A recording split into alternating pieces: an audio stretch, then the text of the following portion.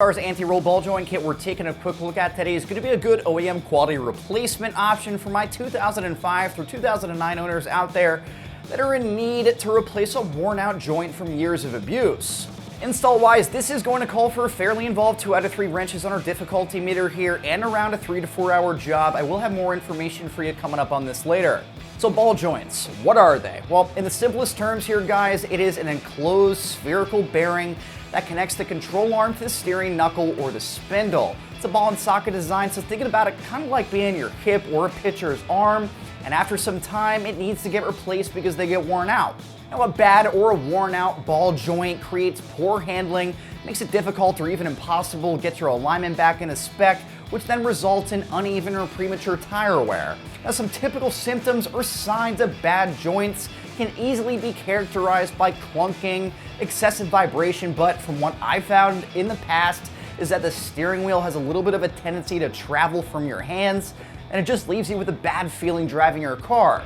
So replacing them will give you a noticeable improvement in steering feel and your handling, and above all guys, it's going to keep you that much more safe. So not only that, these aren't only beneficial to keep you in check on the streets, but their benefits in terms of performance are great too. Swapping your factory ball joints for a kit that's more performance oriented has many benefits. First and foremost, you're going to be getting that suspension geometry back in a check. Now that is going to be a must for lowered Mustangs or for owners out there that are thinking about lowering their car, because when you're lowering your car, you're throwing off that suspension geometry. Installing the anti-roll ball joints will improve this because they're raising the spindle relative to the pivot of the ball joint. Now, that raises the roll center back into the correct range, which results in a reduced body roll, faster steering response, and overall just that much more improvement in grip up front.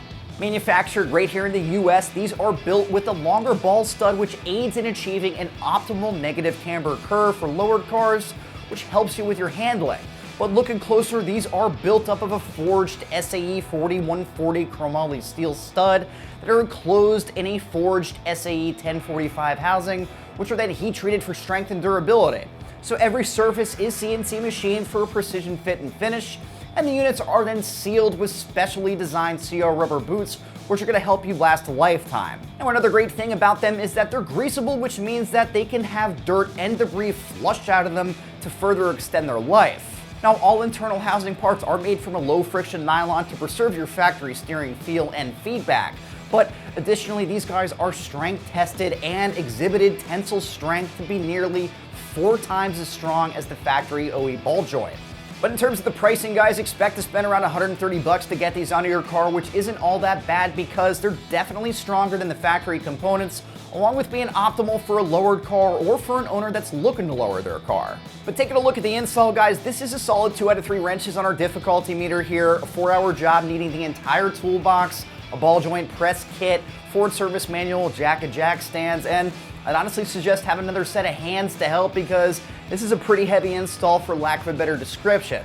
So you'll begin by getting the car off the ground, pulling your front wheels off, and then working on removing the 2 bolts holding the steering rack to the K-member, which will allow you to move the rack to gain access to the front control arm bushings. Now you'll want to work with 1 control arm at a time via removing the 2 bolts at the rear of the arm holding the hydro bushing. So once the bolts are removed, pull the control arm and you're going to use a pry bar to release the ball joint stud from the clamp, where you can then remove the OEM ball joint using the press. Now using the press, reinstall the ball joint.